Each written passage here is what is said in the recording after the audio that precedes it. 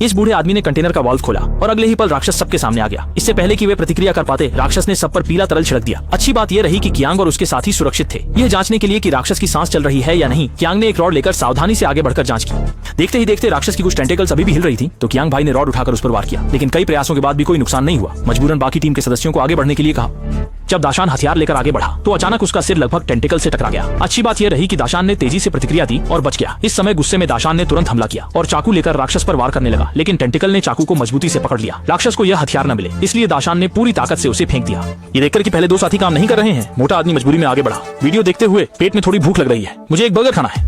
हाल ही में मैंने पाया कि सियानयू पर बहुत सारे पैसे बचाने के तरीके हैं। बर्गर, फ्राइड चिकन, नौयुआन में पूरा सेट मिल जाता है। सच में बहुत बचत होती है। खाने पीने और मनोरंजन के लिए मैं पहले सियानयू की सिफारिश करता हूँ। सियानयू सच में बहुत अद्भुत है। फिर एक झुककर उसने राक्षस के घातक हमले से बचा लिया और पीछे खड़ा कियांग लगातार जल्दी करने के लिए कह रहा था, नहीं तो होश में आया राक्षस बहुत गुस्सा हो सकता था। तभी मोटे ने सही समय देखकर एक वार में राक्षस के एक टेंटिकल को काट दिया। अचानक दूर से कुछ गोलियां चली जो संयोग से राक्षस के बाकी टेंटिकल पर लगी, और जब कुछ लोग डर के मारे पीछे मुड़े तो देखा कि यह घायल लाओबाई था जिसने गोली चलाई थी। जोनन को स्थिति समझने का समय नहीं मिला।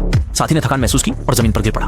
दरअसल कुछ दिन पहले जब बूढ़ा भाई राक्षस से लड़ रहा था तो गलती से राक्षस ने उसे निगल लिया था। हालांकि साथियों की मदद से वह अपनी जान बचाने में सफल रहा, लेकिन इस समय उसके शरीर में एक वायरस मौजूद है और समय समय पर वायरस अचानक सक्रिय हो जाता है, जिससे उसे पूरे शरीर में दर्द और दिमाग में चक्कर महसूस होता है। बूढ़ा भाई की हालत में सुधार लाने के लिए सभी ने फैसला किया कि एक उत्परिवर्तित राक्षस को जिंदा पकड़कर उसके शरीर से जीन निकालकर दवा का शोध किया जाए। लेकिन बूढ़े भाई ने तुरंत अपने साथी की हरकत को रोक दिया, क्योंकि यह राक्षस असाधारण रूप से हिंसक था और जरा सी चूक से वे इसका शिकार बन सकते थे। वह नहीं चाहता था कि कोई साथी उसकी वजह से अपनी जान गंवाए। लेकिन जब दोनों पक्ष एक समय पर निर्णय नहीं ले पा रहे थे, तभी अचानक खिड़की के बाहर से एक टेंटिकल निकल आया और इससे पहले कि लोग समझ पाते कि क्या हो रहा है, शाओ मई को टेंटिकल ने खिड़की की ओर खींच लिया। खतरे की घड़ी में कुछ साथी तुरंत मदद के लिए आगे बढ़े।